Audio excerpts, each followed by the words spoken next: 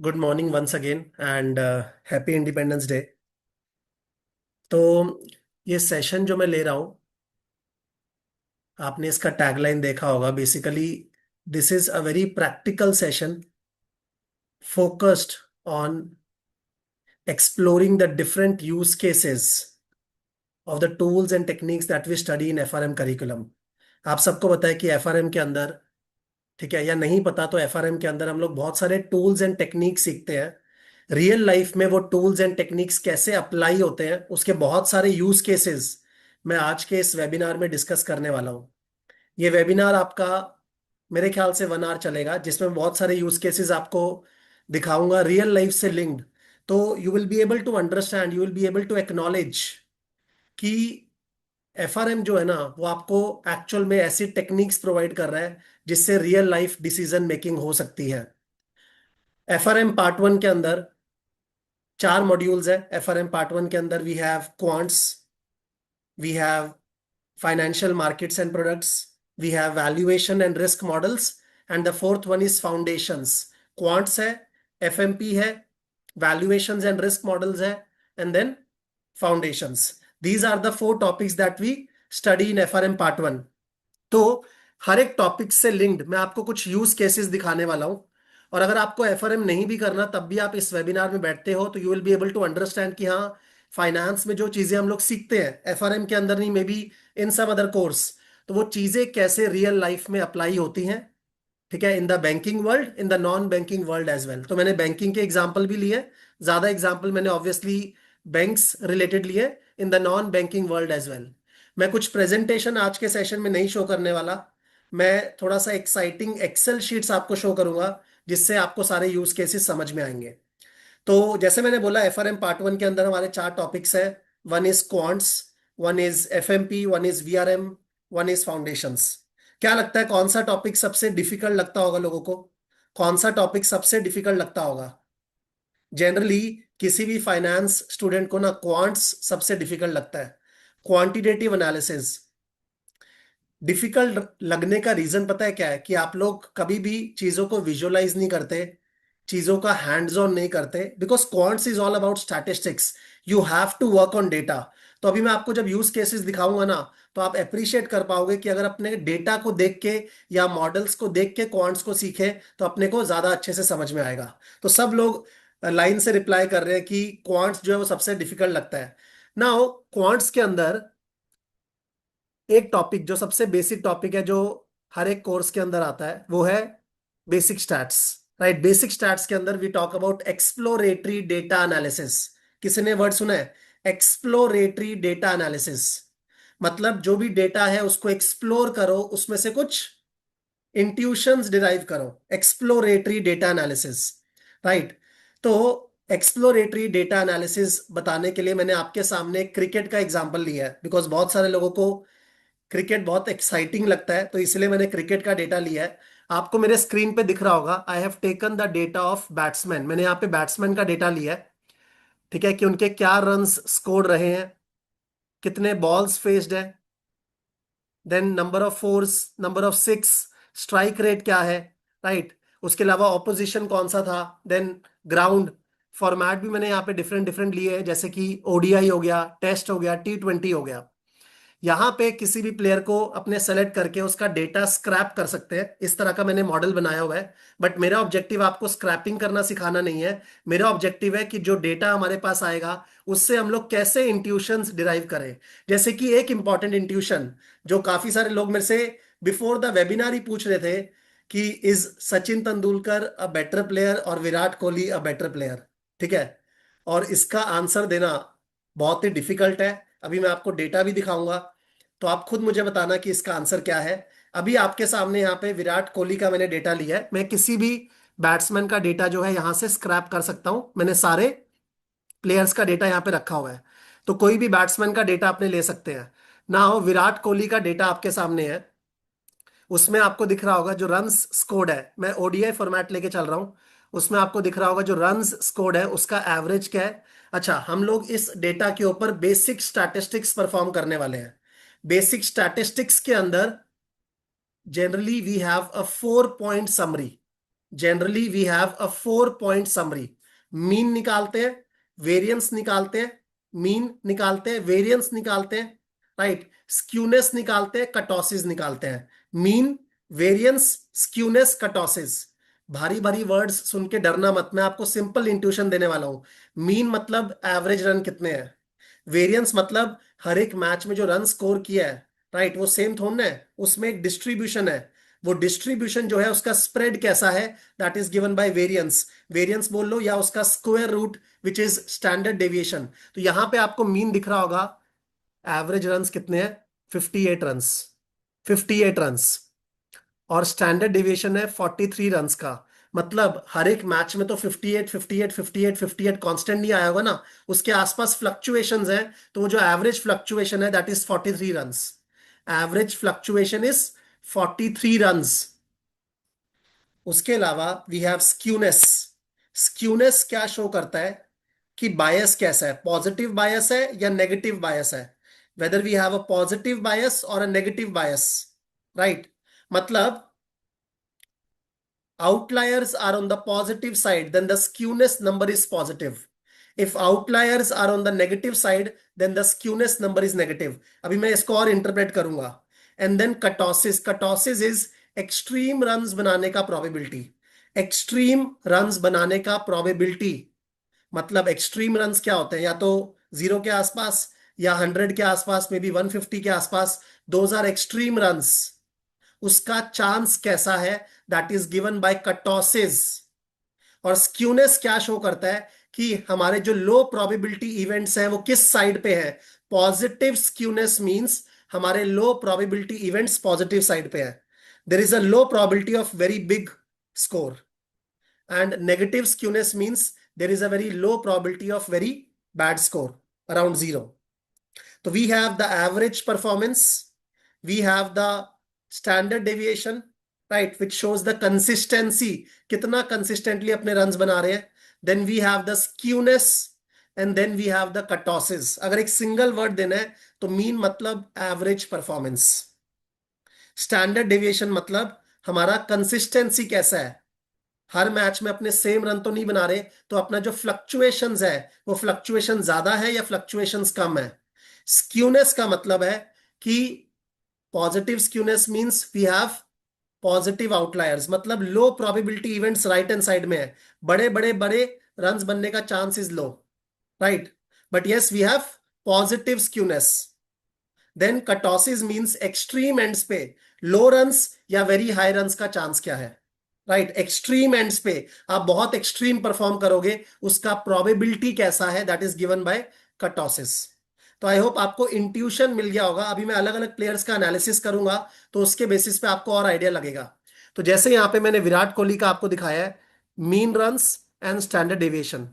Obviously mean average run जितने ज्यादा होंगे उतना अच्छा परफॉर्मेंस है, एवरेज परफॉर्मेंस उतना अच्छा है जितना अपना मीन हायर होगा। डू यू ऑल एग्री और not? Standard deviation should be low और high, tell me please. Standard deviation for a good player should be low और high? Standard deviation for a good player should be low और high? It should be low, मतलब बहुत fluctuating नहीं है, आप consistently runs बनाते हो। तो यहां मैंने एवरेज परफॉर्मेंस लिया है, यहां मैंने स्टैंडर्ड डेविएशन लिया है, यहां मैंने उसका एक रेशो भी निकाल लिया। मैंने उसका एक रेशो निकाला है 1.35, उसका एक रेशो निकाला है 1.35। I am calling it basically एक, you can say economy. Economy कैसी है, तो अपने रन्स बना रहे हैं इतना और अपना फ्लक्चुएशन इतना है। इकोनॉमी के और मीनिंग्स भी होते हैं क्रिकेट के अंदर, बट मैं इसको अपना एक वर्ड दे रहा हूं रेशो को, and I am calling it economy. क्या है, 57 रन्स डिवाइड बाय 42 का स्टैंडर्ड डिविएशन, तो 1.35 आया, right. Obviously higher the better, obviously higher the better. तो एक बारी सचिन का चेक करते हैं। तो मैं इस लिस्ट में जा रहा हूं and I am choosing Sachin Tendulkar, refresh. तो यहां पे पहली बात है आपका डेटा रिफ्रेश हो जाएगा। तो आप डेटा देख रहे हो, आपका डेटा रिफ्रेश हो गया, your data is now refreshed. Now see the mean runs, it is 44.83 and standard deviation is 40.04 and मेरा इकोनॉमी क्या है 1.12। अगर मैं खाली एवरेज परफॉर्मेंस को देखूं, तो एवरेज परफॉर्मेंस और साथ में फ्लक्चुएशंस को देखूं, मतलब कंसिस्टेंसी को देखूं, तो कौन सा प्लेयर बेटर है, आप खुद आंसर करो प्लीज। कौन सा प्लेयर बेटर है, आप खुद आंसर करो। इज विराट बेटर और सचिन बेटर, ऑब्वियसली बहुत सारे लोग बायस्ड हैं और वो बोलेंगे कि सचिन बेटर है, and there are reasons for it as well, because इस डेटा में ये चीज कैप्चर नहीं हो रही कि what are the kind of bowlers you are facing, what are the kind of bowlers you are facing.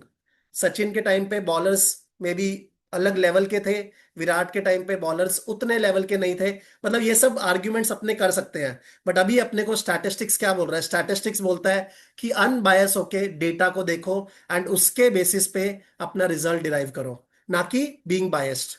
You have to be unbiased, right. Now Harshad ने एक बहुत अच्छा आंसर दिया है कि एवरेज रन्स तो विराट के ज्यादा है, बट एसडी सचिन का कम है। आप खाली एसडी को स्टैंड अलोन नहीं देख सकते, इसीलिए मैंने रेशो निकाला, इसीलिए मैंने रेशो निकाला। अगर रेशो वाइज अपने देखेंगे तो इकोनॉमी किसका बेटर आ रहा है, विराट का इकोनॉमी इज बेटर। ठीक है, किसी ने बोला कि बाबर आजम का भी देखो, तो let me try. Okay, Babar Azam, refresh,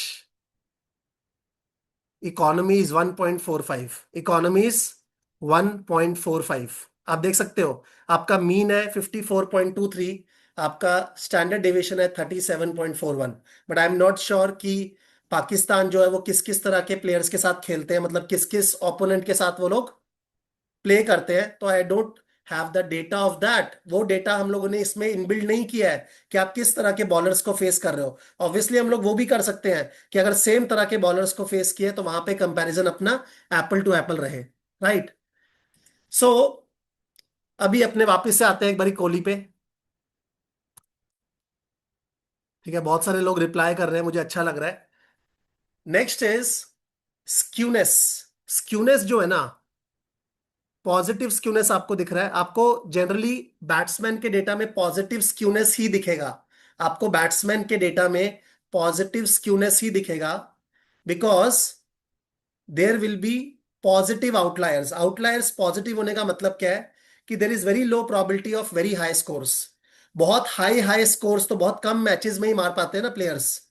बहुत हाई रन्स 120, 150, 180, डबल सेंचुरी, वो तो बहुत कम मैचेस में ही अपने मार पाते हैं। इसीलिए अपना स्क्यूनेस इज जनरली पॉजिटिव, इसीलिए अपना स्क्यूनेस इज जनरली पॉजिटिव। तो विराट का अपना स्क्यूनेस आ रहा है 0.70। एक बारी सचिन का देखते हैं,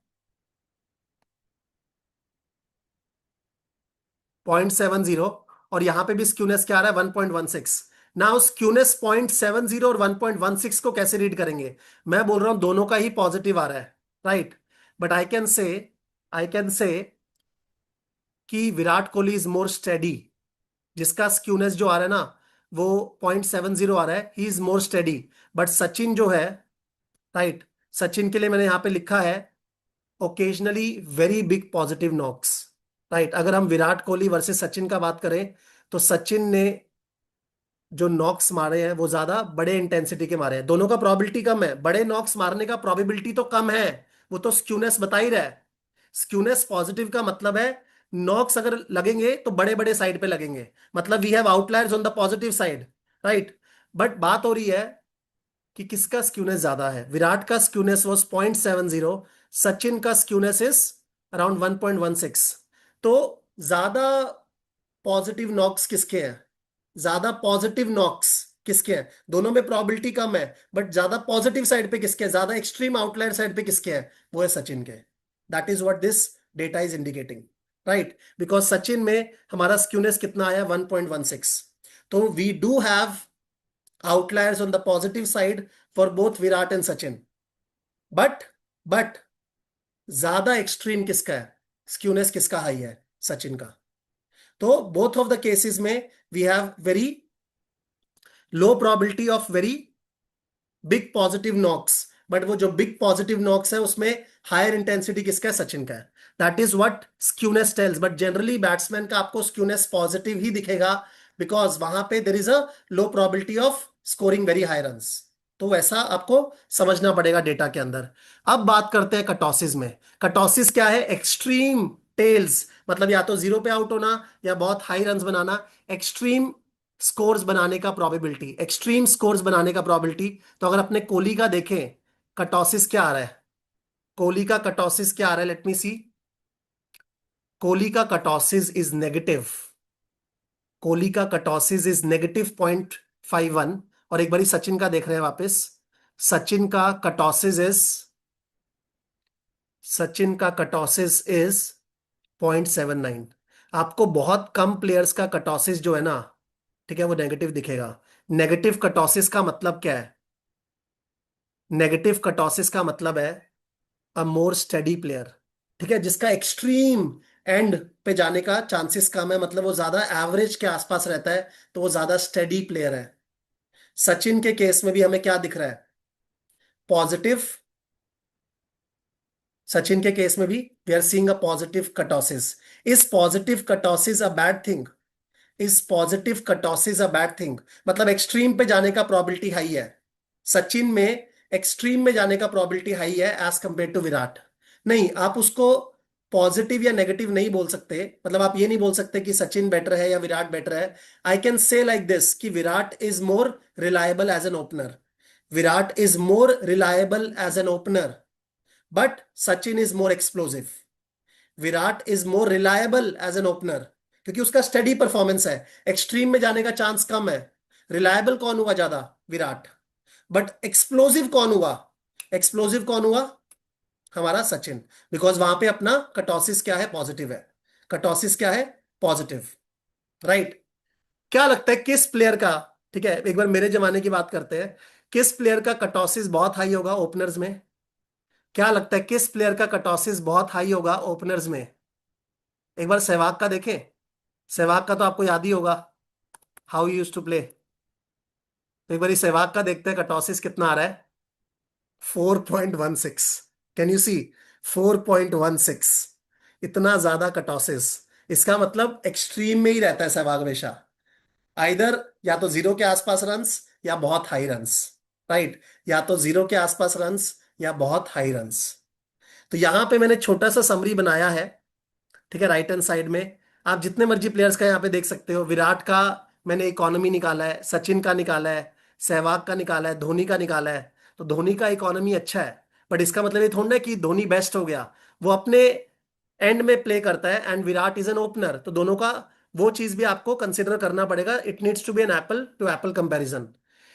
कटॉसिस वाइज मैंने आपको बोला बहुत कम प्लेयर्स का आपको कटॉसिस नेगेटिव मिलेगा। राइट, जैसे विराट का कटॉसिस इज नेगेटिव, तो Virat is a more reliable player, he is a more steady player. Right. Sachin का कटॉसिस पॉजिटिव है, लेकिन बहुत ज्यादा पॉजिटिव नहीं है, तो इसका मतलब he is on the explosive side. But Sehwag तो बिल्कुल ही मतलब एक्सप्लोसिव है। राइट। सहवाग तो बिल्कुल ही एक्सप्लोसिव है। तो someone is saying Virat is stable, Sachin is cyclical. Okay, that's a good word. Right. लेकिन आप खाली ये भी नहीं देख सकते कि आप स्क्यूनेस को देखो, आप कटॉसिस को देखो, आपको एवरेज को भी साथ में देखना पड़ेगा।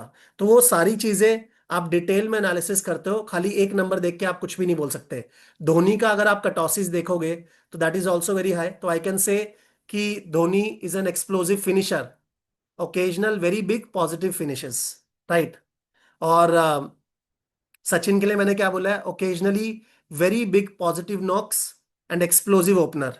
एंड विराट के लिए मोर स्टेडी, लेस एक्सप्लोसिव। ऐसे जिस मर्जी प्लेयर का आप ये सिंपल 4 पॉइंट समरी चेक करके अपना एक स्टैटिस्टिक्स परफॉर्म कर सकते हो। द आइडिया इज, ठीक है, समवन इज सेइंग कि द्रविड़ का भी कटॉसिस नेगेटिव होगा। लेट मी चेक द्रविड़ का कटॉसिस नेगेटिव। जनरली किसी का आता नहीं है जल्दी से, तो द्रविड़ का चेक करते हैं एक बारी। पॉजिटिव आ रहा है अगेन। राइट। तो अब इसके बेसिस पे मैं कुछ रिमार्क्स नहीं दूंगा, बिकॉज सब लोग मेरे पीछे पड़ जाएंगे कि आप सचिन को बेटर क्यों बोल रहे हो या विराट को बेटर क्यों बोल रहे हो।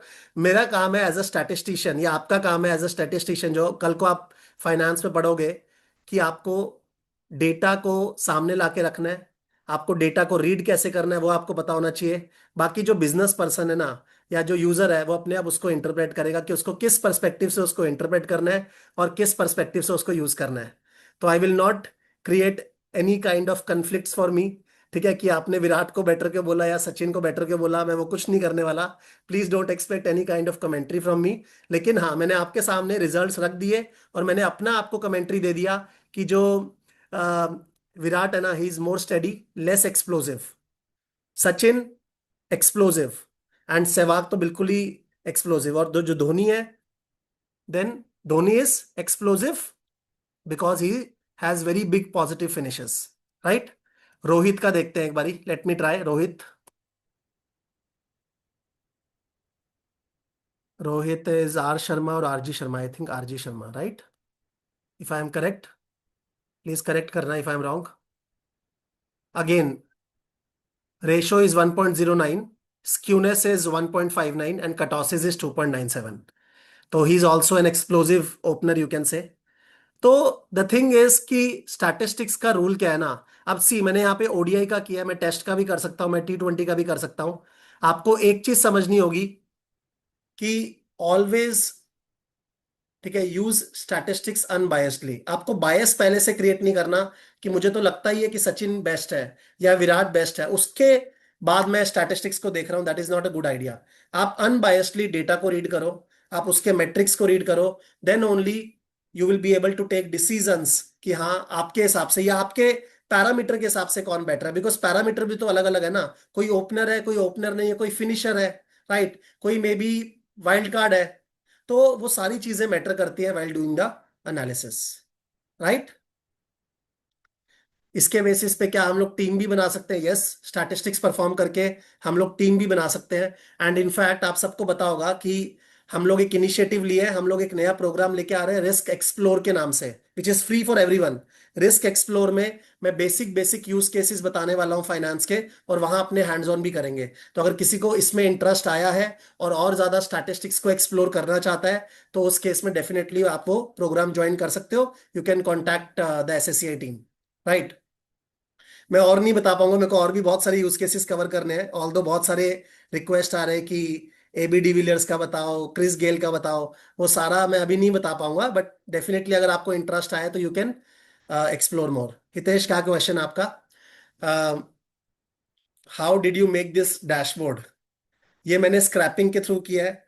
अभी मैं अगेन उस पर नहीं जा पाऊंगा कि कैसे ये डैशबोर्ड बनाया है, बट ये सेम तरह का डैशबोर्ड आप स्टॉक मार्केट के लिए बना सकते हो, फाइनेंशियल्स का डेटा लेके आ सकते हो. हमने अलग अलग डैशबोर्ड बनाए हुए हैं, right? Yes, we can compare Virat and Sachin at same position, not Dhoni. Correct Hitesh, Dhoni के साथ कंपेयर नहीं कर सकते because Dhoni is a finisher. Virat and Sachin दोनों ओपनर्स थे, तभी मैंने उनको कंपेयर किया, राइट? ठीक है, तो ये एक यूज केस हुआ, ये सबसे एक्साइटिंग यूज केस था बिगनिंग के लिए. तो मैं पहले से ही आपको चेतावनी दे रहा हूं कि बाकी के यूज केसेस बैंकिंग वाले हैं, तो शायद ऐसा हो सकता है कि बैंकिंग वाले थोड़े से कम एक्साइटिंग लगे. But the idea which I wanted to communicate is कि आपने आज तक कभी भी सही से पढ़ाई नहीं की. आप सही से अगर डेटा के ऊपर पढ़ाई करोगे ना, तो आपको स्टैटिस्टिक्स से प्यार हो जाएगा. सी, मैं भी कॉमर्स का पर्सन हूं, मैंने भी बीकॉम से स्टार्ट किया था अपना career. But you have to actually learn the things in the right way. हम लोग खराब तरीके से बुक्स को पढ़ते हैं खाली, या आजकल लोग चैट जीपीटी पे रिलाई करने लगे. चैट जीपीटी इस तरह का एनालिसिस थोड़ा ना करके दे सकता है, वो तो आपको डेटा लेके ही करना पड़ेगा ना. तो वो आपको एक्सेल पे ही करना पड़ेगा. तो you have to learn the things in the right way. That is something I wanted to communicate. ठीक है, तो ये मेरा पहला एक्सेल शीट था. अब मैं आगे जा रहा हूँ, मेरे को बहुत सारे यूज केसेस आपको दिखाने हैं. ठीक है, अब थोड़े से बोरिंग यूज केस में जा रहा हूँ, तो पहले से मैं आपको कॉशियस कर रहा हूं. Next is score card. हम लोग जब बैंक्स के अंदर जाते हैं, हम लोग जब बैंक्स के अंदर जाते हैं और लोन के लिए अप्लाई करते हैं, क्या बैंक्स हमारी शक्ल देख के हमें लोन दे देता है? Is the loan easily given? The answer is no. Banks हमसे कुछ इंफॉर्मेशन लेंगे. क्या इंफॉर्मेशन लेंगे? हमारा इनकम पूछेंगे, हमारा एम्प्लॉयमेंट स्टेटस पूछेंगे, ठीक है, हमारा मे बी ब्यूरो स्कोर पूछेंगे, सिविल स्कोर पूछेंगे. ये सारा इंफॉर्मेशन लेके बैंक करने क्या वाला है? बैंक चेक करेगा हमारा credit worthiness to pay. Bank will check our credit worthiness to pay. If the credit worthiness to pay is high, then only the loan will be given. If the credit worthiness to pay is low, then the loan will be rejected. Now वो credit worthiness assess करने के लिए banks build score cards. क्या build करते हैं banks? Score card build करते हैं. Score card कैसे बिल्ड करते हैं? हिस्टोरिकली आज अगर आप किसी भी बैंक में जाओगे, वो तो 15 ईयर से 20 ईयर से ऑपरेशन में है, राइट? तो historically can I collect the data of already accepted loans in the past? The answer is yes. जो लोन्स ऑलरेडी पास्ट में दिए हैं बैंक ने, उसका डेटा आप कलेक्ट कर सकते हो. राइट, उसका डेटा आप कलेक्ट कर सकते हो ना। तो सपोज मैंने यहाँ पे बहुत सारे लोन्स का डेटा कलेक्ट किया एक बैंक के अंदर from 2003 till 2023। So we have to collect the data of already accepted loans. उस डेटा में क्या होगा, कस्टमर के एट्रीब्यूट्स होंगे, मतलब जो भी कस्टमर को हमने एक्सेप्ट किया है उसके कुछ एट्रीब्यूट्स होंगे। जैसे कि इनकम एक एट्रीब्यूट है कि उस कस्टमर का इनकम क्या था, उस कस्टमर का एम्प्लॉयमेंट लेंथ क्या था, वो कितने साल से ऑपरेशन में था, कितने साल से एम्प्लॉयमेंट में था, because employment shows stability, income shows ability to pay. तो स्टेबिलिटी और एबिलिटी दोनों अपने चेक कर रहे हैं, तो अपने इस तरह के एट्रीब्यूट्स लेंगे हिस्टोरिकल लोन्स में। एंड अपने को ये भी पता होगा पास्ट में कि वो कस्टमर डिफॉल्ट किया कि नहीं किया। अपने को ये भी पता होगा वो कस्टमर डिफॉल्ट किया कि नहीं किया। आज तक मैंने 20 साल से मेरे बैंक्स ऑपरेशन में है, मैंने बहुत सारे लोगों को लोन्स दिए हैं, वो जो कस्टमर्स को लोन दिए उनके एट्रीब्यूट्स क्या थे, एंड वो कस्टमर डिफॉल्ट किए कि नहीं किए, इस तरह का डेटा मेरे पास होगा। So I have the customer attributes over here and I have the default status of each customer. Right, अगर मैं इसका एवरेज लूंगा तो आज तक मैंने सपोज 25,000 लोन्स दिए हैं और उसमें मेरा एवरेज डिफॉल्ट रेट है 5.2%। 5.2%। तो ठीक है, बैंक्स ने आज तक 25,000 लोन दिए हैं, उसमें से अराउंड 1,300 लोन्स में डिफॉल्ट हुए हैं। मैं ये डेटा लेके करूंगा क्या, I will establish relationship between borrower attributes and the chances of default. मुझे रिलेशनशिप बनाना है between borrower attributes and the chances of default. मुझे ये पता है मुजबानी कि अगर किसी का एम्प्लॉयमेंट लेंथ ज्यादा है तो उसका चांसेस ऑफ डिफॉल्ट क्या होगा, टेल मी प्लीज। अगर किसी का एम्प्लॉयमेंट लेंथ ज्यादा है तो उसका चांसेस ऑफ डिफॉल्ट क्या होगा, लो, बिकॉज वो स्टेबल है। किसी का अगर इनकम ज्यादा है तो उसका चांसेस ऑफ डिफॉल्ट क्या होगा, low. But what is the exact relationship, right. हम लोग एट्थ क्लास से ही अपने क्वेश्चंस करना शुरू कर देते हैं, Y is a function of X. But वो जो y है और जो x है उसके बीच में फंक्शन निकालते कैसे हैं, वो आप एक तरह से आप पहली बार सीखोगे। y मेरा यहाँ पे क्या है, डिफॉल्ट स्टेटस, और x मेरे क्या है, borrower attributes. I have to establish relationship between them. तो मैं यहाँ पे वो रिलेशनशिप एस्टैब्लिश करता हूं और मेरे पास हर एक बोरोवर का प्रोबेबिलिटी ऑफ डिफॉल्ट आएगा फ्रॉम माय मॉडल। ये एक मॉडल बना रहा हूं मैं। कुछ relationship banana between something and something is called building a model, right. And यहां पे मैं एक मॉडल बिल्ड कर रहा हूं, एक स्कोर कार्ड मॉडल बिल्ड कर रहा हूं, और वो स्कोर कार्ड मॉडल से मुझे क्या मिलेगा, हर एक बोरोवर का प्रोबेबिलिटी ऑफ डिफॉल्ट। ये मेरा मॉडल से आया, ये मेरा एक्चुअल था, राइट। ऑब्वियसली मेरा मॉडल तब अच्छा माना जाएगा जब उसका रिजल्ट जो आएगा वो एक्चुअल्स के आसपास आएगा। जैसे यहाँ पे आप देख सकते हो मेरा डिफॉल्ट स्टेटस 1 है, तो मेरे मॉडल ने प्रोबेबिलिटी ऑफ डिफॉल्ट कितना दिया, 92%, which is high. And then later on हम लोग क्या करते हैं, इस प्रोबेबिलिटी ऑफ डिफॉल्ट को स्कोर्स में कन्वर्ट करते हैं। इस प्रोबेबिलिटी ऑफ डिफॉल्ट को क्रेडिट स्कोर्स में कन्वर्ट करते हैं। The higher the probability of default, the lower the credit scores. The higher the probability of default, the lower the credit scores. तो यहां पे अगर मेरा प्रोबेबिलिटी ऑफ डिफॉल्ट हायर है तो मेरा क्रेडिट स्कोर देखो कितना कम आ रहा है, 306। और यहां मेरा प्रोबेबिलिटी ऑफ डिफॉल्ट लोअर है तो मेरा क्रेडिट स्कोर कितना हाई आ रहा है, 711। तो अल्टीमेटली बैंक्स क्या करते हैं ना, वो जैसी एक कस्टमर वॉक इन करता है, उस कस्टमर का डेटा लेके हम लोग एक मॉडल के अंदर डालते हैं। एक मॉडल जो मैंने हिस्टोरिकल डेटा पे डेवलप किया हुआ है, हिस्टोरिकल डेटा पे मैंने एक मॉडल डेवलप किया हुआ है, और मेरे पास एक न्यू कस्टमर आ रहा है। वो न्यू कस्टमर का जो इंफॉर्मेशन है मैं उस मॉडल में प्लग करूंगा, and ultimately I will get the probability of default. Ultimately I will get the probability of default, and then उस प्रोबेबिलिटी ऑफ डिफॉल्ट को कन्वर्ट करूंगा टू क्रेडिट स्कोर्स। तो जब आप बैंक के अंदर जाते हो ना, बैंक आपका क्रेडिट स्कोर कंप्यूट करता है। एक तो हो गया सिबिल स्कोर यूज करना, वो तो ब्यूरो दे ही रहा है। बैंक अपने खुद के इंटरनल स्कोर कार्ड्स भी यूज करते हैं, तो वो इंटरनल स्कोर जो आएगा ना वो 727 आएगा for example.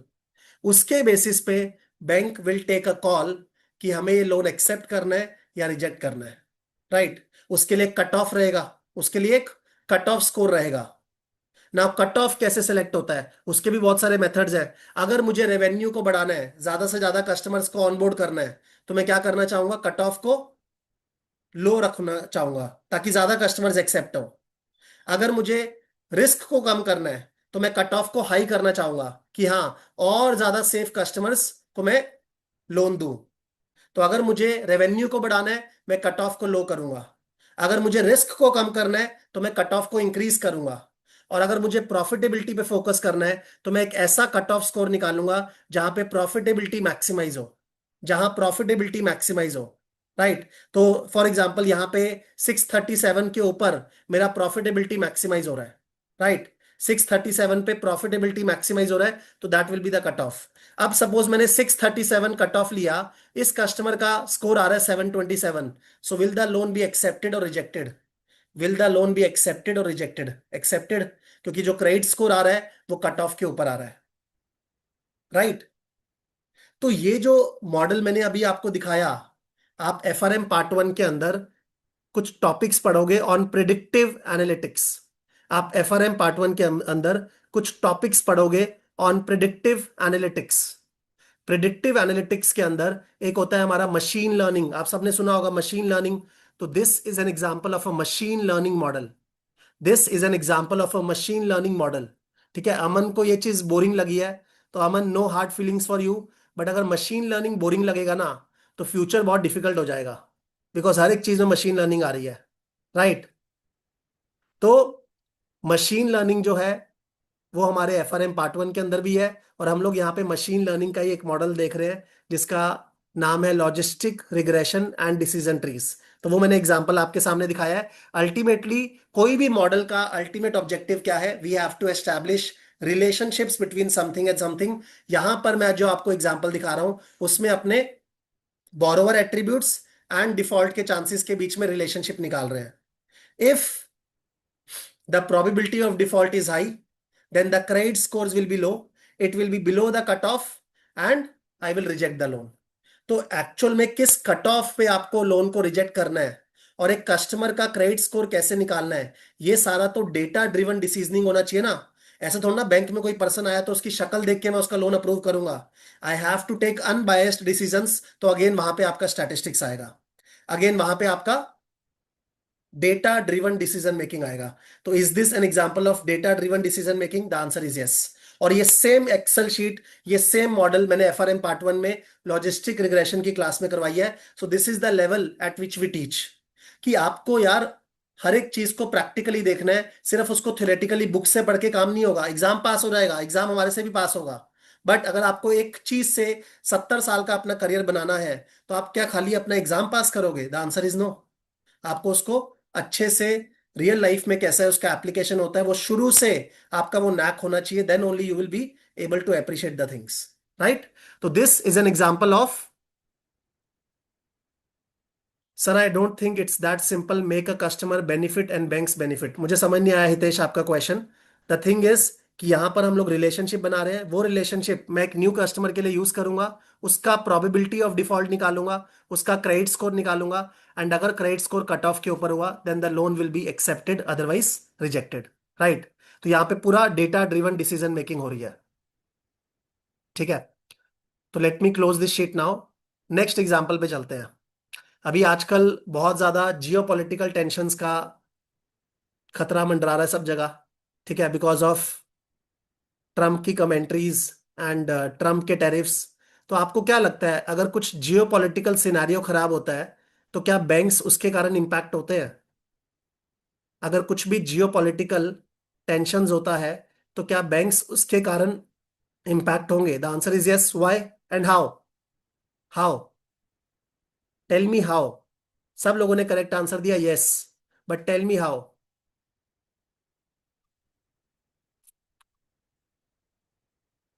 Okay, everyone is saying change in interest rate, investment, borrowing, macro economic factors will change.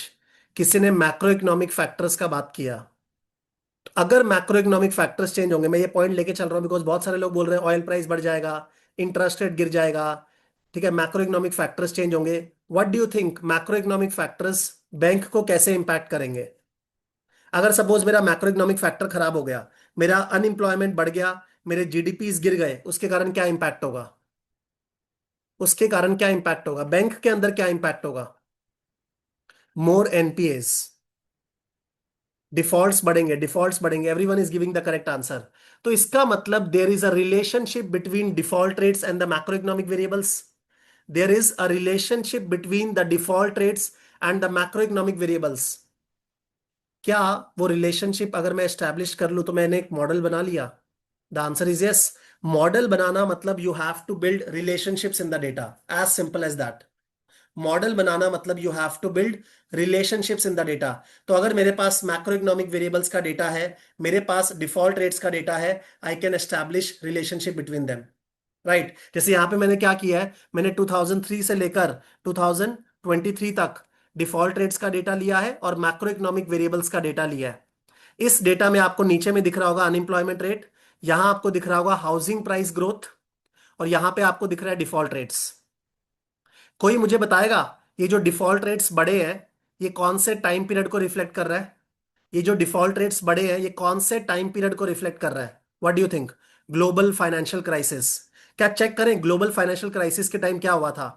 आपके housing price index were going down, आपका unemployment rate went up.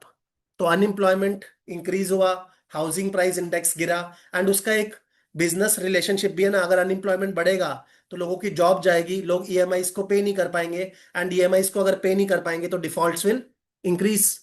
Now how is it important for bank to model this kind of scenario? ये important है because अभी जो जियो political tension हो रहा है उसके कारण डिफॉल्ट्स बढ़ने वाले हैं। सबको पता है कि जो टैरिफ वगैरह लग रहा है उसके कारण क्या होगा, economic parameters will go bad, and उसके कारण डिफॉल्ट्स विल इंक्रीज। तो अगर मैं ये फोरकास्टिंग कर लूं तो मैं पहले से प्रिपेयर्ड रह सकता हूं ना। अगर मैं ये फोरकास्टिंग कर लूं तो मैं पहले से प्रिपेयर्ड रह सकता हूं। जैसे अभी बात चल रही है 2025 में कि रियल एस्टेट जो है उसकी सेल्स गिर रही हैं, एंड रियल एस्टेट के प्राइजेस भी गिरने शुरू हो गए हैं। तो क्या डिफॉल्ट्स बढ़ेंगे? डेफिनेटली बढ़ेंगे। डिफॉल्ट्स अगर बढ़ेंगे तो पहले से I can be prepared for it ना, एज अ बैंक। तो हम लोग रिस्क मैनेजर्स हैं। रिस्क मैनेज करने के लिए पहले तो अपने को रिस्क को क्वांटिफाई करना पड़ेगा। तो यहाँ पे this is an example of a model जो हम लोग रियल लाइफ में यूज करेंगे, जो हम लोग रियल लाइफ में यूज करेंगे। बिकॉज हाउसिंग प्राइस का गिरना is a leading indicator. Excellent, it's a leading indicator. बहुत ही अच्छा ऑब्जर्वेशन हर्षद ने दिया है कि हाउसिंग प्राइस इंडेक्स पहले गिरा, डिफॉल्ट्स बाद में जाके स्पाइक हुए। तो इसका मतलब अगर हाउसिंग प्राइस गिरना शुरू हो गया है, काश मेरे पास एक मॉडल होता जो बता देता डिफॉल्ट कितने बढ़ने वाले हैं, और मैं आज ही प्रिपेयर्ड हो जाता। मैं आज ही प्रिपेयर्ड हो जाता एज अ बैंक। तो क्या स्टैटिस्टिक्स को हम लोग रियल लाइफ डिसीजन मेकिंग में यूज नहीं कर रहे? कर रहे हैं। एफआरएम पार्ट वन के अंदर एक बहुत बड़ा टॉपिक है which is regression. Regression modelling, this is an example of regression.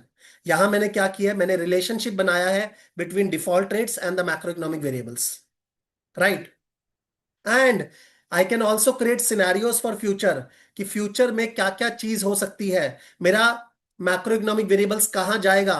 I can create pessimistic scenario, I can create optimistic scenario, I can create baseline scenario, and वो अलग अलग scenario में मेरा डिफॉल्ट रेट का forecast क्या होगा, that is something I can model. तो यहां पे आप देख सकते हो अनएम्प्लॉयमेंट रेट का मैंने सिनेरियो लिया, पेसिमिस्टिक सिनेरियो, बेसलाइन सिनेरियो, कि अगर अनएम्प्लॉयमेंट रेट बढ़ा तो कितना होगा, और एक बेसलाइन सिनेरियो है। एचपीआई का मैंने एक पेसिमिस्टिक सिनेरियो लिया, एक बेसलाइन लिया। Obviously the higher the unemployment the higher the default rates, the lower the HPI the higher the default rates. और ग्रीन वाला आपका बेसलाइन सिनेरियो है दोनों में, रेड वाला दोनों में आपका पेसिमिस्टिक सिनेरियो है। एंड दोनों सिनेरियोज में आपके डिफॉल्ट रेट्स कहां जा रहे हैं, ये मॉडल फोरकास्ट करके दे रहा है ना। ये मॉडल फोरकास्ट करके दे रहा है। राइट, तो वो जो फोरकास्टिंग है डिफॉल्ट रेट्स की, that I can do using regression models. Right, वो जो फोरकास्टिंग है डिफॉल्ट रेट्स की, that I can do using regression models. Now Vishesh is saying कि साइंस बैकग्राउंड ज्यादा सुटेबल है। क्यों विशेष? जो कॉमर्स वाला पर्सन है वो क्या इकोनॉमिक्स नहीं पढ़ के आता? और फाइनेंस अगर किसी को जाना है तो वो साइंस वाला ही जाएगा। किसने बोला है? Finance is for everyone. Right, so don't create any biases in mind. मेरे हिसाब से सिंपल है। मैं आपको एक आइडिया दे रहा हूं कि अगर आप चीजों को सही से पढ़ोगे ना, एंड चीजों को एप्लीकेटिव वे में सोचोगे डे वन में, आपको हर एक कोर्स अच्छा लगने वाला है। बट हम लोग उस तरीके से सोचते नहीं है, that is the only problem. तो सतीश ने एक आंसर दिया है कम बैक, कि finance is a common sense. Excellent, finance is a common sense. Unemployment बढ़ेगा, एचपीआई गिरेगा, तो डिफॉल्ट्स तो बढ़ने ही है। बट मैं उसको और कंक्रीटली क्वांटिफाई कर रहा हूं ताकि मैं एक नंबर लेके आ सकूं कि मेरा डिफॉल्ट रेट कितना होगा। और डिफॉल्ट रेट अगर बढ़ेगा तो उस केस में मैं एक्स्ट्रा प्रिपेयर्ड रह सकता हूं ना आज ही। ना किसी ने बोला कोविड में बताओ क्या हुआ था। अगर आप ध्यान से देखो, कोविड में, ये मेरा मॉडल का प्रिडिक्शन है, this yellow line and this blue line is actual default rate. Covid के टाइम पे मेरे मॉडल ने बोला कि डिफॉल्ट्स बहुत हाई होंगे। क्यों ऐसा बोला? Because unemployment spiked. Unemployment rate spike, लोगों की जॉब चली गई। तो अगर अनएम्प्लॉयमेंट बढ़ गया तो डिफॉल्ट रेट्स हाई आएंगे as per my model. But क्या एक्चुअल में डिफॉल्ट रेट्स हाई हुए? देखो एक बारी, ब्लू लाइन देखो, this is the actual, this is the model result.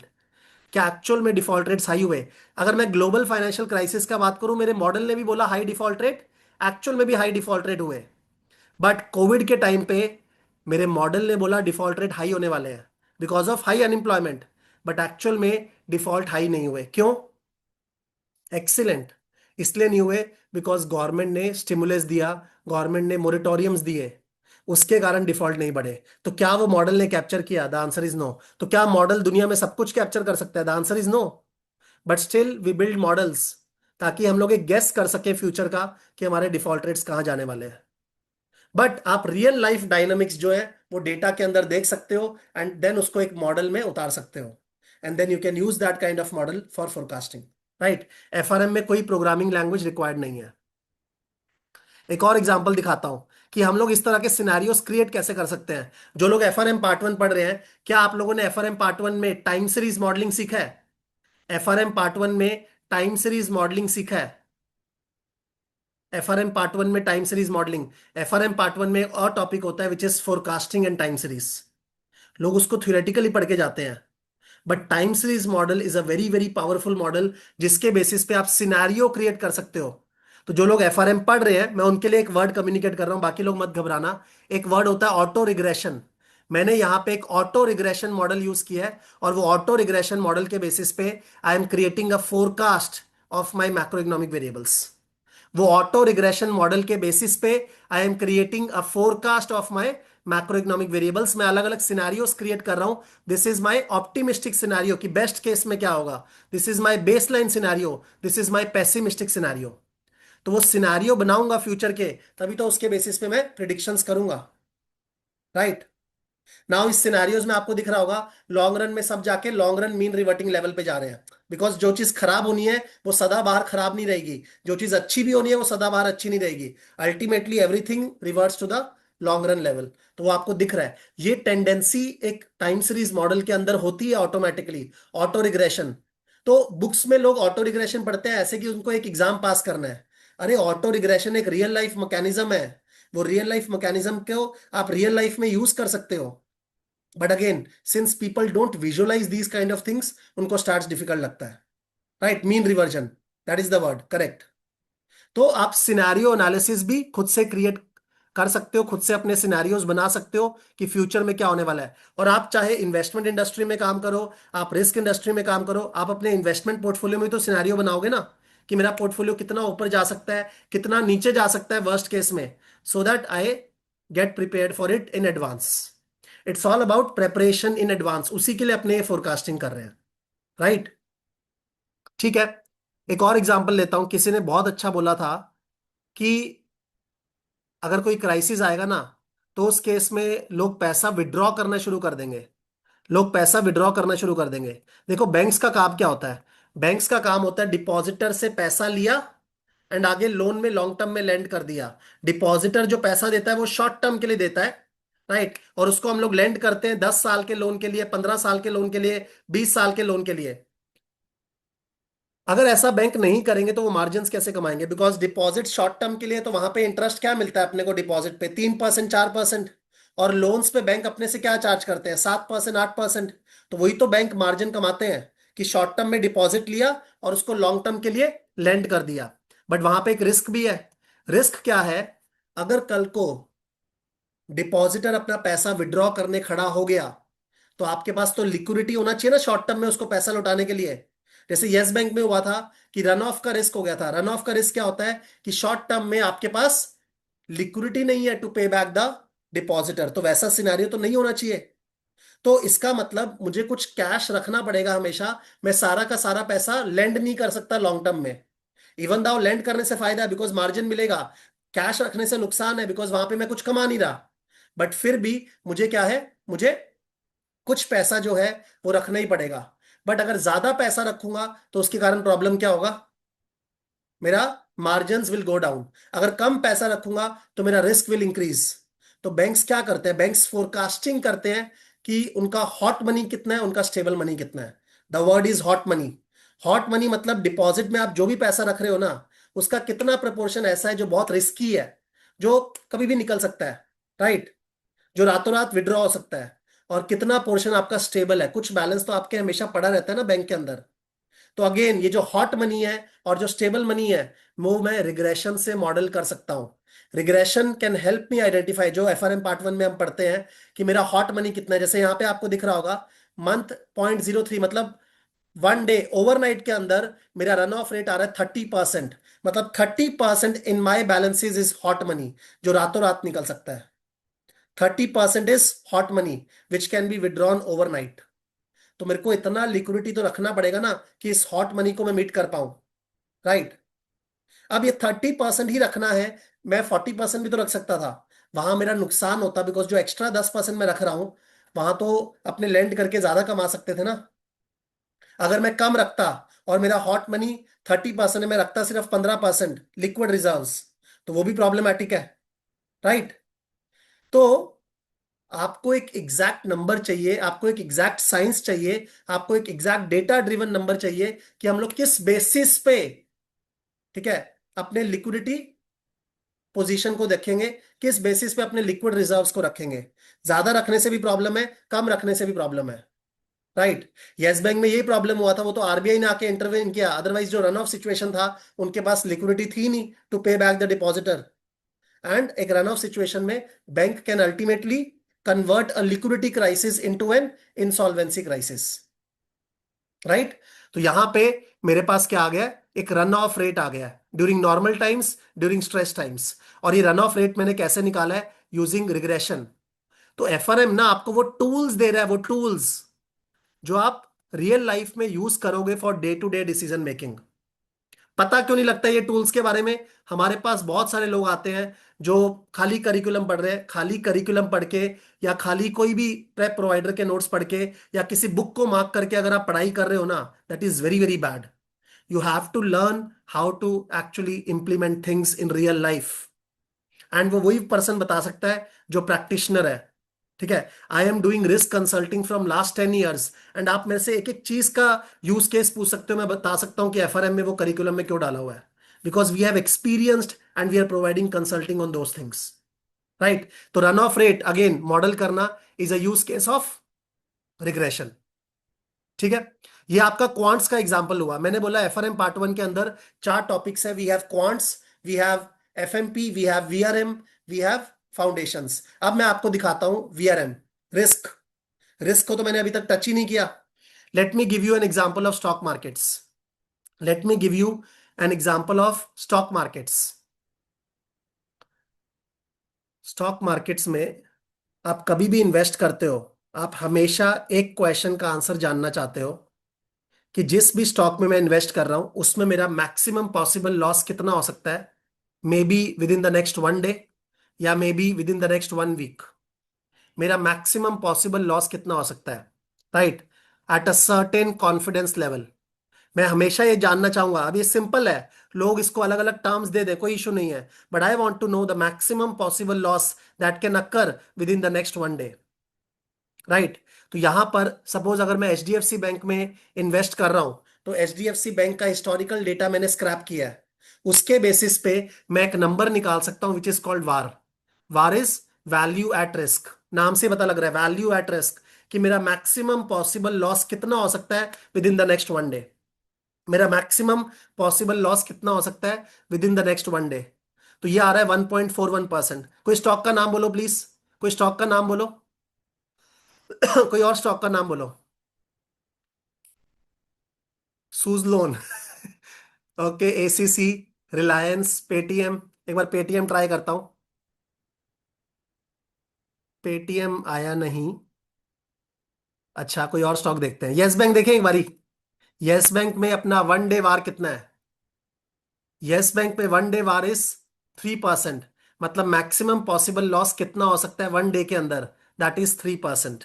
ठीक है, कोई और देखते हैं। For example IndusInd bank, maximum possible loss कितना हो सकता है वन डे के अंदर? 2.28%, राइट। कुछ और देखते हैं। I can also go into some tails. Paytm, 197 communication, 5%, आप देख रहे हो। और प्लॉट देखो इसका, 5% इज द वार नंबर।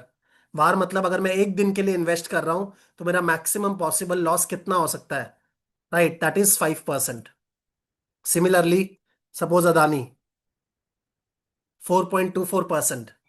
तो सपोज अगर आपका रिस्क एपेटाइट ये अलाउ करता है कि आप ऐसे स्टॉक में इन्वेस्ट करो जिसमें मैक्सिमम आप 3% का लॉस बर्दाश्त कर सकते हो एक दिन में। सपोज आपका एपेटाइट ये बोलता है कि आप मैक्सिमम 3% का लॉस बर्दाश्त कर सकते हो with in the next 1 day. तो क्या आप ऐसे स्टॉक में इन्वेस्ट करोगे, अदानी जैसे स्टॉक में? अगर आपका रिस्क एपेटाइट ये बोलता है, पहले रिस्क आता है फिर रिटर्न आता है, हमेशा ये याद रखना। पहले रिस्क आता है फिर रिटर्न आता है। लोग उल्टा करते हैं मार्केट में, पहले रिटर्न के बारे में सोचते हैं फिर रिस्क के बारे में, तभी तो डूबते हैं। तभी तो फिर लोग बोलते हैं कि स्टॉक मार्केट तो गैम्बल है। रिस्क मैनेजमेंट आपको सिखाता है कि पहले रिस्क के बारे में सोचो, फिर रिटर्न के बारे में सोचो। तो अगर मेरा रिस्क एपेटाइट ये बोलता है कि अपना जो एपेटाइट है that is only 3%, I should not invest in a stock like Adani which has a war of 4.24%, right. Varun beverage, अब लोगों को वापस बहुत मजा आ रहा है। ठीक है, मैं एक दो स्टॉक और दिखा देता हूँ। Late me try Varun beverage. Varun beverage में आ रहा है अपना 3.20%, वरुण बेवरेज में 3.20%। उसके अलावा please try Wipro. Okay, Wipro का आई डोंट थिंक बहुत ज्यादा बार आएगा। 2.42%। किसी का भी आप निकाल सकते हो, निकालना चाहो तो। आइडिया, वोडाफोन आइडिया, सबका फेवरेट स्टॉक, 5.44%। तो मतलब एक दिन में आप सोच रहे हो एक दिन में मैक्सिमम पॉसिबल लॉस कितना हो सकता है, दैट इज वेरी हाई, 5.44%। तो first of all you have to decide your risk appetite, कि आपका एपेटाइट कितना है। एंड देन आप उसके बेसिस पे स्टॉक्स को शॉर्टलिस्ट करोगे कि हाँ मेरे को वही स्टॉक्स में से एक स्टॉक चूज करना है जिसमें मेरा रिस्क इज, मतलब VaR number is below the appetite, right. Suzlon देख ही लेते हैं, इतने लोगों की रिक्वेस्ट आ रही है तो। सूजलोन का 4.91%, राइट। डेल्टा कॉर्प, सब घटिया घटिया शेयर सबके पोर्टफोलियो में पड़े हुए हैं, सीधा पता लग रहा है। तो डेल्टा कॉर्प का कितना आ रहा है, 4.51%। एनटीपीसी लास्ट स्टॉक है ये, एनटीपीसी 2.48%। ठीक है, तो मैक्सिमम पॉसिबल लॉस जो है एनटीपीसी में, अगर आप एक दिन के लिए इन्वेस्ट करते हो, दैट इज 2.48%। और अगेन मेरे पास अगर रिटर्न्स का डिस्ट्रीब्यूशन आ गया तो मैं मीन, वेरियंस, स्क्यूनेस, कटॉसिस वो सब निकाल सकता हूँ। क्रिकेट में हमने बोला था कि सबका जनरली पॉजिटिव स्क्यूनेस होगा, रिटर्न्स में आपको दिखेगा सबका जनरली नेगेटिव स्क्यूनेस होगा। मतलब उल्टा पुल्टा आउटकम होगा नेगेटिव साइड पे, कि there is a very low probability of very big loss. There is a very low probability of very big loss because stock जोर से गिरता है, जनरली जोर से कम ही बढ़ता है, right. So this is stock market का एग्जाम्पल। ठीक है, ये वाला एक्सेल शीट मैं आप सबको शेयर करूंगा, सारा एक्सेल शीट मैं नहीं कर सकता, बट स्टॉक मार्केट का एक्सेल शीट मैं सबको शेयर करवाऊंगा। तो आप उसके साथ प्ले कर सकते हो बिकॉज लोगों को बहुत अच्छा लगता है। बाकी हमारा जो रिस्क एक्सप्लोर का प्रोग्राम है वो डेफिनेटली आप एसएससीआई से उसका डिटेल्स ले सकते हो। ठीक है, आप मुझे भी कांटेक्ट कर सकते हो, तो वो आप ज्वाइन कर सकते हो, उसमें हम लोग इस तरह के हैंड्स ऑन करेंगे। बट एफआरएम में जितना खुल के करेंगे ऑब्वियसली वो किसी प्रोग्राम में नहीं हो सकता। तो एफआरएम में भी ये पूरा रिटर्न डिस्ट्रीब्यूशन मैंने क्लास में बकायदा बनवा के दिखाया है। नाउ लोग उसको शुरू में अप्रिशिएट नहीं कर पाते, बट बाद में आपको पता लगेगा ये प्रैक्टिकल नॉलेज की वैल्यू। तो प्लीज चीजों को प्रैक्टिकली सीखो, सही से सीखोगे तो मजा भी आएगा, एंड लॉन्ग टर्म में एक प्रीमियम आप उसके कारण डेफिनेटली इंजॉय करोगे, राइट। तो ये मैंने एक एग्जांपल दिया, ये तो मैंने आपको स्टॉक मार्केट का एग्जांपल दिया। बट जैसे अपने बात की है, बैंक्स का ट्रेडिंग बुक भी होता है, बैंकिंग बुक भी होता है। बैंकिंग बुक मतलब लोन्स जो मैंने लेंडिंग किया हुआ है, और ट्रेडिंग बुक होता है मतलब मैंने इन्वेस्टमेंट्स जो किया है, जो मैं ट्रेडिंग कर रहा हूँ, राइट। बैंक्स लेंड भी करते हैं पैसे को रिटर्न कमाने के लिए, वो लोग इन्वेस्ट भी करते हैं रिटर्न्स कमाने के लिए। तो जो भी आपका बुक है, लेंडिंग बुक हो या ट्रेडिंग बुक हो, आप एक लॉस डिस्ट्रीब्यूशन उसमें प्लॉट करते हो। क्या प्लॉट करते हो? Loss distribution.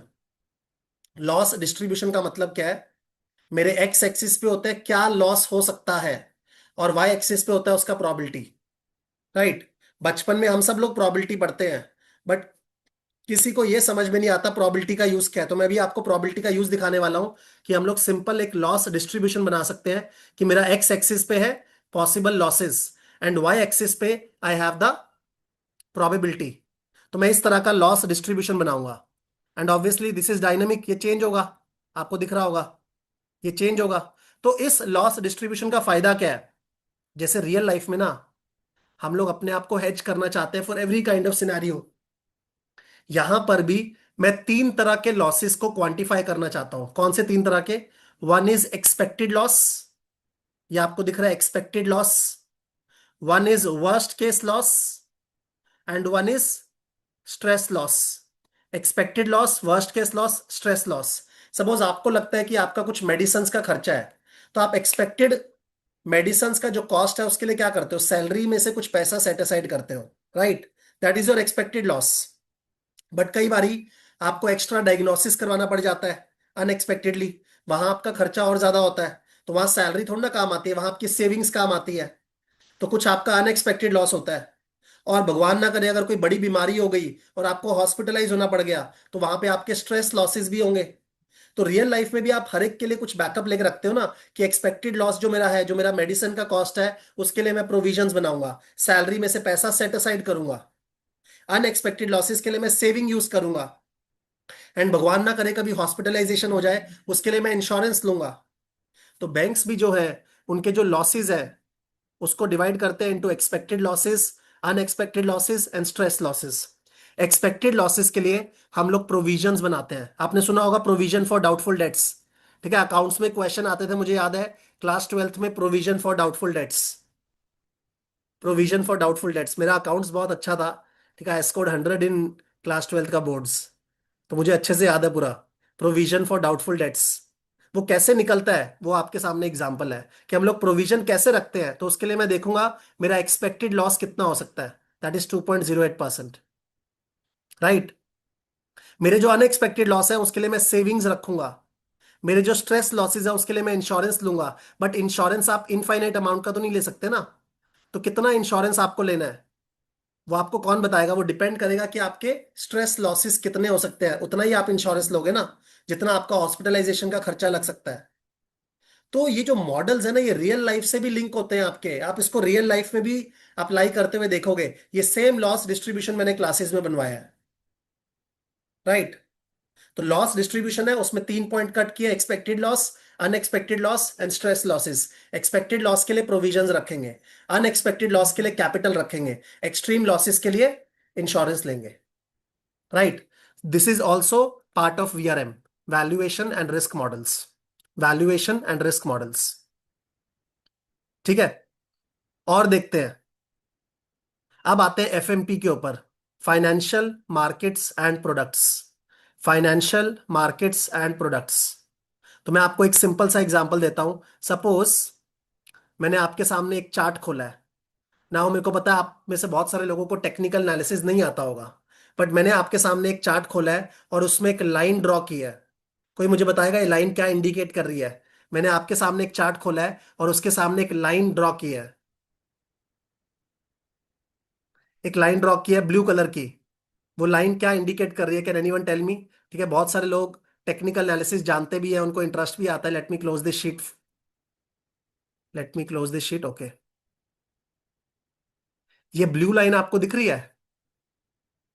आपको एक रेजिस्टेंस दिख रहा है कि स्टॉक प्राइस पहले यहां पे आया था, फिर वापस गिर गया, वापस से यहां पे आया है।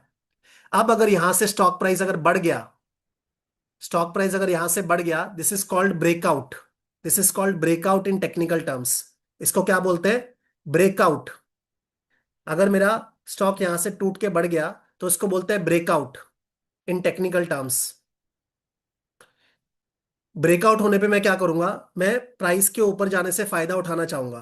प्राइस ऊपर जाने वाला है और ये मेरे को लगता भी है इस चार्ट पे। तो किसी को अगर स्टॉक टिप्स चाहिए ना, तो स्टॉक टिप्स भी दे रहा हूँ। This stock name is Asian paints.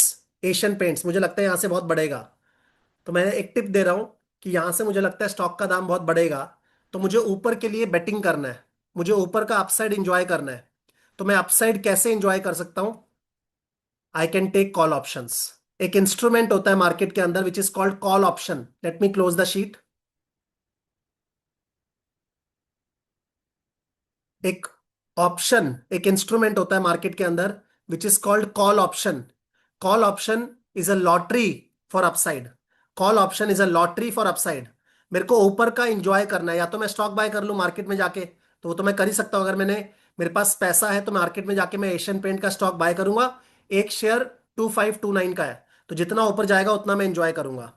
दूसरा तरीका है, आप कोई फाइनेंशियल इंस्ट्रूमेंट यूज कर सकते हो। For example I can use call option. Call option is for upside betting. Call option is for upside betting, right. Breakout का फेलियर, मुझे नहीं पता फेलियर होगा कि नहीं, बट अभी मेरे को ये स्टॉक बहुत अच्छा लग रहा है यहां से, राइट। तो call option is for upside betting. Call option का फायदा क्या है? सपोज मैंने एक कॉल ऑप्शन बाय किया 2500 का। मैंने कॉल ऑप्शन बाय किया 2500 का। मार्केट में अलग अलग प्राइस के कॉल ऑप्शन ट्रेड करते हैं। तो जितना प्राइस 2500 के ऊपर जाएगा उतना आपको रिवॉर्ड मिलेगा। और अगर प्राइस नीचे गया तो लॉटरी में कोई नुकसान थोड़ा ना होता है, लॉटरी नहीं लगी तो कोई नुकसान नहीं होगा। तो अगर मेरे को अपसाइड बेटिंग करना है या मुझे अपसाइड इंजॉय करना है तो I can take a call option. Suppose कोई दूसरा स्टॉक है, मुझे लगता है वो गिरने वाला है, वो टूटने वाला है, और मुझे डाउन साइड को एंजॉय करना है, मुझे डाउन साइड को एंजॉय करना है, राइट। तो I can take a put option. I can take a put option. Put option अपने को डाउन साइड इंजॉय करने का मौका देता है, राइट। तो जैसे यहां पे अगर आप विजुअली देखोगे, आज मेरा एक सर्टेन स्टॉक का दाम है 100। सपोज मैंने एक कॉल ऑप्शन लिया 100 का ही। तो अगर स्टॉक प्राइस 100 के ऊपर गया, मुझे नहीं पता क्या जाएगा, it is random. It is random. This is called Brownian motion, random walk. Stock prices follow a random walk, ठीक है। जिस तरह से एक शराबी रैंडमली चलता है ना, वैसी स्टॉक प्राइसेस जो है it follows a random walk, ठीक है। इसको ड्रंकर्ड वॉक भी बोलते हैं, ड्रंकर्ड वॉक। तो स्टॉक प्राइसेस में आपको दिख रहा है रैंडमली मूव कर रहा है। लेकिन अगर स्टॉक प्राइस 100 के ऊपर रहा, तब जो डिफरेंस है, जैसे यहां पे डिफरेंस जो है $3 का, that I will enjoy, that I will enjoy. अगर स्टॉक प्राइस नीचे गया, अगर स्टॉक प्राइस नीचे गया, ठीक है, in that case I will not lose anything. In that case I will not lose anything. अगर स्टॉक प्राइस जैसे 100 के नीचे चला गया तो मुझे कुछ नुकसान नहीं होगा, बट मेरा जो लॉटरी का दाम है वो मेरा चला जाएगा। Now this is an example of call option. अब ये पूरा थ्योरी लिंक्ड है। आपको कॉल लेना है या पुट लेना है, क्या क्या फाइनेंशियल इंस्ट्रूमेंट्स हैं, वो आप एफएमपी के अंदर पढ़ते हो, राइट। वो जो फाइनेंशियल प्रोडक्ट्स है, राइट, उसको आप अलग अलग मार्केट्स में कैसे यूज करोगे, इक्विटी के अंदर, इंटरेस्ट रेट्स के अंदर, कमोडिटीज के अंदर, एफएक्स के अंदर, that is also covered in FRM part 1।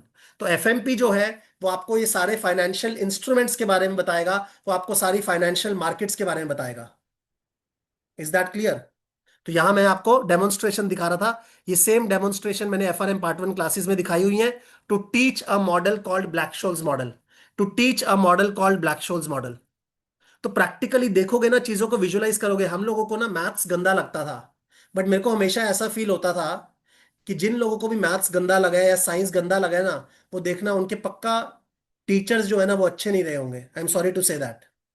वो कभी प्रैक्टिकली पढ़ाए नहीं केमिस्ट्री को या फिजिक्स को या जो भी है, इसलिए वो चीजें कभी समझ ही नहीं आई, बिकॉज आप उसको विजुलाइज ही नहीं कर पाए। बट हम लोग अपनी क्लासेस में ये सारी चीजें विजुलाइज करते हैं, तो क्यों अच्छा नहीं लगेगा? डेफिनेटली अच्छा लगेगा। सो this is FMP, financial markets and products. एक और टॉपिक है हमारा which is foundations. Foundations, foundations के अंदर जैसे सारा थ्योरी आएगा। एक बहुत प्रोमिनेंट टॉपिक है कि बैंक्स में ना, बैंक्स को डिसाइड करना होता है कि उसका, उनका रिस्क एपेटाइट क्या है, उनका रिस्क थ्रेशोल्ड क्या है। कोई क्वेश्चन आ रहा है, is there any upcoming derivative instrument in real market? हाँ, वेदर डेरिवेटिव्स आने वाले हैं, weather derivatives, right. Now I was saying कि एक चौथा टॉपिक है हमारा फाउंडेशंस, जो कि थ्योरी है। उसके अंदर एक बहुत प्रोमिनेंट मतलब यूज केस है कि बैंक्स को डिसाइड करना होता है उनका risk appetite, risk threshold and risk capacity. Risk appetite, risk threshold, risk capacity. देखो, मेरे को डिसाइड करना है कि मैं एक कस्टमर को कितना क्रेडिट कार्ड पे लिमिट दूंगा। एक कस्टमर को कितना क्रेडिट कार्ड पे लिमिट दूंगा। अगर मैंने ज्यादा लिमिट दे दिया, कल को वो पैसा डिफॉल्ट करके चला गया तो मेरा नुकसान है। अगर मैं कम लिमिट दूंगा तो मेरा प्रॉफिट में नुकसान है। शायद वो पैसा पे करने वाला बंदा हो, मेरे पास प्रॉफिट आता जो कि नहीं आएगा। So I have to decide a credit card limit, but I can not give an infinite limit, but I can not give a very low limit as well. दोनों में नुकसान है।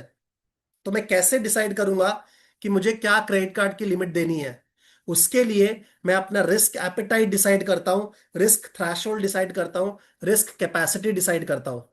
रिस्क एपेटाइट क्या होता है? आपका टॉलरेंस लेवल, कि कितना रिस्क तो आप बर्दाश्त कर ही लोगे, राइट? मिनिमम रिस्क कितना तो आप बर्दाश्त कर ही लोगे। कैपेसिटी क्या होता है? मैक्सिमम कितना रिस्क आप ले सकते हो, मैक्सिमम इतना रिस्क आप ले सकते हो। और थ्रेशोल्ड क्या होता है? प्रैक्टिकली हम लोग ना तो मिनिमम रिस्क लेते हैं ना मैक्सिमम रिस्क लेते हैं, हम लोग इन बिटवीन लेते हैं, दैट इज थ्रेशोल्ड। तो मैंने इस तरह का एक प्रैक्टिकल टूल अभी एक क्लाइंट के लिए बना के दिया था, जिसमें हम लोगों ने उस पूरे बैंक के लिए risk appetite, risk tolerance, risk capacity set करके दिया। अब ये एफआरएम पार्ट 1 के अंदर फाउंडेशंस में है। लोगों को प्योर थ्योरी लगता है, थ्योरी लगेगा ना अगर आप ढंग से पढ़ोगे नहीं उसको। रियल लाइफ में तो कैसे हम लोग एपेटाइट, हमारा खुद का भी रियल लाइफ में हम लोग अप्लाई कर सकते हैं कि कभी भी कहीं पर इन्वेस्ट करेंगे, मैं क्रिप्टो में इन्वेस्ट कर रहा हूं तो मेरा क्या एपेटाइट है, क्या कैपेसिटी है, मैं मैक्सिमम कितना पैसा गंवा सकता हूं, मैं, मेरा टॉलरेंस लेवल कितना है, इतना तो मैं गंवाऊंगा, मुझे प्रॉब्लम नहीं है। And practically what is the level at which I will operate. तो हम लोग रिस्क एपेटाइट, टॉलरेंस, कैपेसिटी ये सब सेट करते हैं।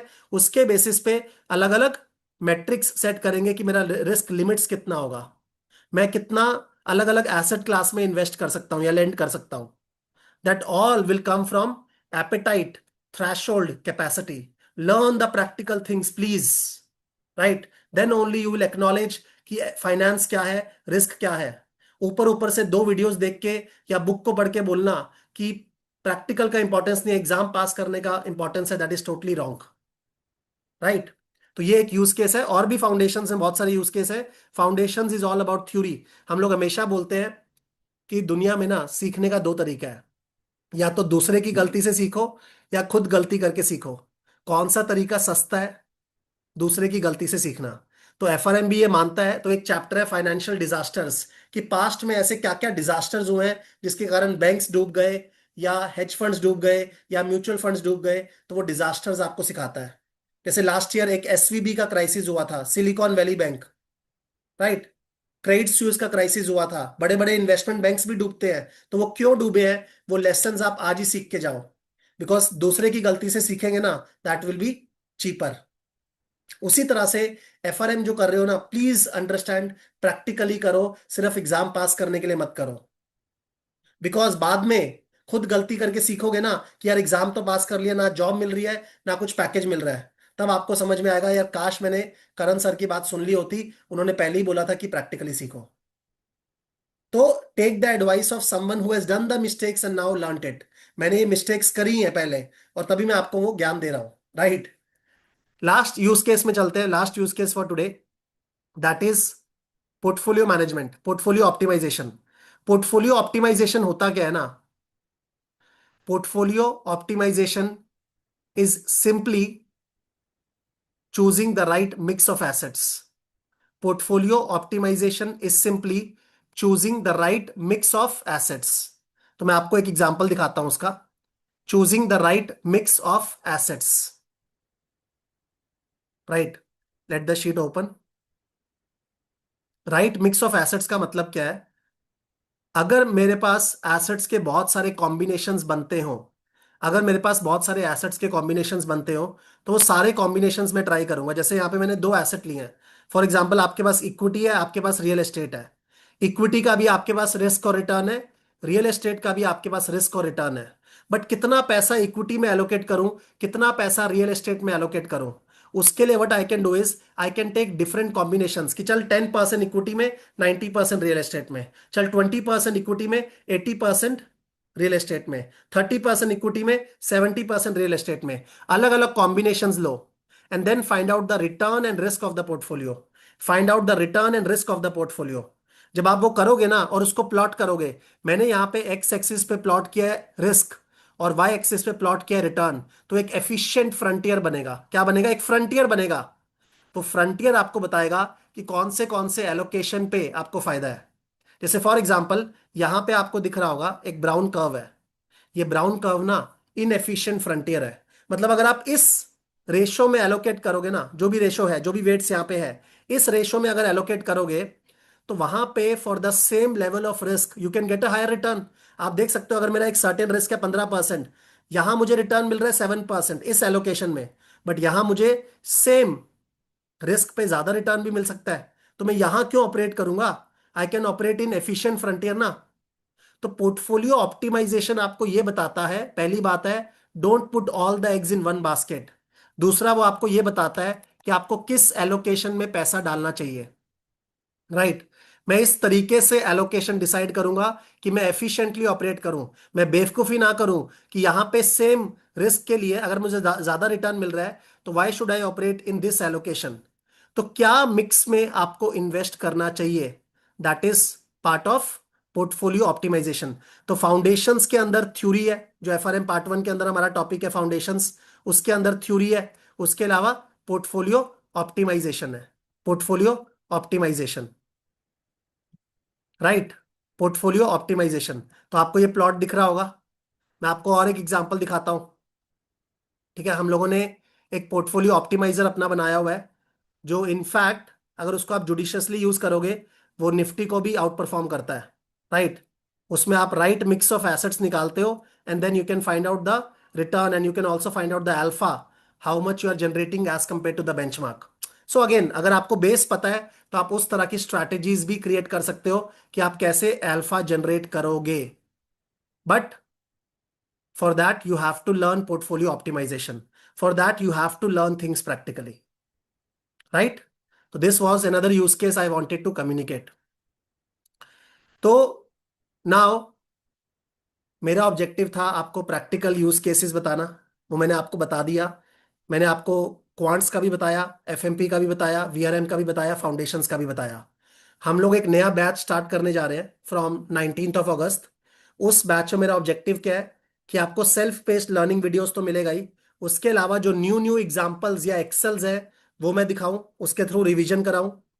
राइट। और एक्स्ट्रा क्वेश्चन सॉल्विंग वो मैं लाइव में करवाने वाला हूं स्टार्टिंग फ्रॉम 19 अगस्त। तो अगर आप वो बैच हमारा ज्वाइन करना चाहते हो then definitely you can connect with the SSCI team. आप उनसे बात कर सकते हो and you can enrol into the programme. अगर आपको प्रैक्टिकली सीखना है देन ओनली ज्वाइन अस। अगर आपको टोटली ऐसा चाहिए कि करण सर प्लीज आप जैसे यहाँ पे 1 घंटा स्पेंड कर देना, इसकी जगह 15 मिनट मुझे थ्योरेटिकली पढ़ा दो और एग्जाम के लिए पास करवा दो, then please don't come to us. We are not the right vendors. मैं पहले से ही आपको बता रहा हूं। अगर आपको चीजों को प्रैक्टिकली सीखना है and you really want to make a career out of it then only join our batch starting from 19 August. तभी ज्वाइन करना। पहले से ही ये डिस्क्लेमर दे रहे हैं कि हम लोग सुपरफिशियली नहीं पढ़ा सकते हैं। Me and Sanjay sir we can only teach practically. And अगर आपका वैसा नैक है, वैसा इंटरेस्ट है, तभी हमारे क्लासेस को ज्वाइन करना। राइट। उसके अलावा जो हमारा रिस्क एक्सप्लोर का प्रोग्राम एक स्टार्ट होगा नेक्स्ट वीक, उसको आप ज्वाइन कर सकते हो। ठीक है, उसके लिए भी you can take the details from SSCI. तो आज मुझे सिर्फ यही एक आइडिया देना था कि please take your decision carefully. पहली बात है, आपको एफआरएम करना है कि नहीं, तो खाली थ्योरी देख के या इधर उधर से सुन के डिसाइड मत करो। Take the first hand experience yourself, जो मैंने आपको दिया कि हाँ ये सारी चीजें सीख के आप रियल लाइफ में अप्लाई करोगे। Secondly, you decide whether you want to be a book worm और whether you want to be a hands on person. अगर बुक वर्म बनना है हमसे क्लासेस मत लो, हैंड्स ऑन पर्सन बनना है तभी क्लास लो। राइट। So now you have to take a call whether you want to learn things practically और नॉट। ठीक है। ये वीडियो यूट्यूब पे जाएगा, तो जो लोग ज्वाइन नहीं कर पाए अपने फ्रेंड्स के साथ, अपने फैमिली मेंबर्स के साथ, अगर कोई सीनियर है या जूनियर है, कोई छोटा भाई है, उसके साथ शेयर करना if you are looking to join the classes of FRM with SSCI. Right. So this is all from my side. Thank you. आप लोगों ने 15 अगस्त में इतना अच्छा रिस्पॉन्स दिया। We have more than 350 people as part of this webinar, जो मैं देख सकता हूँ, और इतने सारे कमेंट्स आए, इतना सारा अच्छा रिस्पॉन्स आया, मुझे बहुत अच्छा लगा। आई होप मैंने आपका टाइम वेस्ट ना किया हो। ठीक है, मैंने आपको प्रैक्टिकली चीज़ों को बताया, तो उससे आपको कुछ तो इंसाइट्स मिले होंगे। और जो स्टॉक मार्केट वाला एक्सेल शीट है वो डेफिनेटली हम लोग यूट्यूब वीडियो के अंदर पिन कर देंगे, तो आप वहां से उसको डाउनलोड कर सकते हो। Right. Thank you and enjoy your independence day. Long weekend है, फैमिली के साथ एंजॉय करिए। मेरा भी वही प्लान है। Thank you. Thank you.